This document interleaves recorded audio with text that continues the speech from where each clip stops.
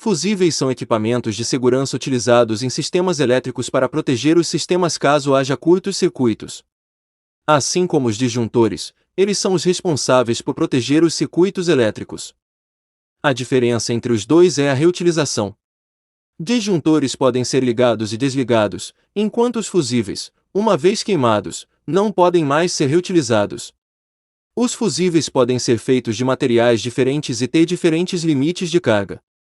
Assim, eles possuem uma classificação com duas letras. A primeira, minúscula, indica se o fusível protege contra curto-circuito ou se protege também contra sobrecarga. Primeira letra, limitador de corrente, usado apenas contra curto-circuitos de limitador de corrente, usado na presença de sobrecarga ou curto-circuito. A segunda letra, maiúscula, indica para qual tipo de circuito o fusível é utilizado. Segunda letra G, uso geral, protetor de linha M, protetor de circuitos motores L, protetor de linha T, protetor de transformadores R, protetor de semicondutores S, protetor de semicondutores e linha. Os três tipos mais familiares de fusíveis são: fusível NH, utilizado em instalações elétricas industriais. Possui uma alta capacidade de interrupção e atende correntes nominais, corrente de um equipamento funcionando normalmente, de 6 a 1250 A. Fusível D, utilizado em instalações elétricas, pode ser manuseado sem riscos de levar uma descarga elétrica. Atende uma faixa de corrente entre 2 a 100 A.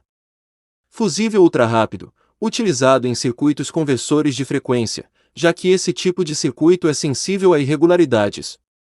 Dielétricos podem ser facilmente polarizados, geralmente são meios que dificultam a formação de correntes elétricas. Os dielétricos polarizam-se quando sujeitos a um grande campo elétrico externo. Essa propriedade concede a esses materiais diversas aplicações tecnológicas nas áreas de eletrônica, ótica, biofísica, etc.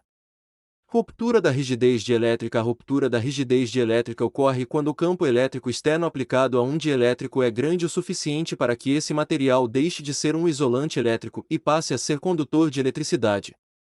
Quando isso ocorre, os elétrons desse material, que antes eram fortemente ligados aos núcleos atômicos, passam a ser conduzidos através da sua rede cristalina.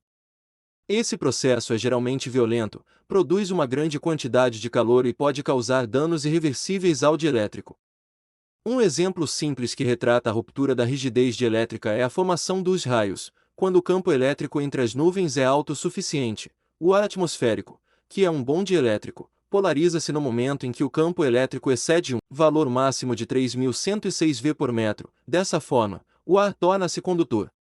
A passagem dos elétrons pelo ar produz um enorme aumento de temperatura e emite um estrondo, em razão da alta expansão térmica do ar. Aplicações: capacitores. Esses são dispositivos elétricos formados por duas placas condutoras, recheadas, por um meio dielétrico. O campo elétrico formado entre as placas polariza esse meio, e isso aumenta grandemente a capacidade desses dispositivos de armazenarem cargas elétricas. Transformadores. Os vernizes utilizados nos fios das bobinas dos transformadores são capazes de isolá-los uns dos outros, bem como o óleo que é utilizado para refrigerá-los tem propriedades dielétricas. Sensores diversos. Existe uma grande gama de sensores de pressão, temperatura e luz que utiliza dielétricos para indicar variações mínimas nessas grandezas. Telas touchscreen. As telas dos smartphones são feitas de materiais dielétricos.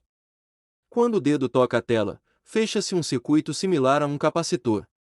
Pequenas variações de cargas são detectadas indicando a ocorrência do toque. Constante dielétrica. Constante dielétrica é a constante física que influencia o acúmulo de cargas de um capacitor. Quanto maior for a constante dielétrica de um meio, maior será a sua capacidade de acumular cargas para uma determinada diferença de potencial. A constante dielétrica é definida como um múltiplo da constante dielétrica do vácuo.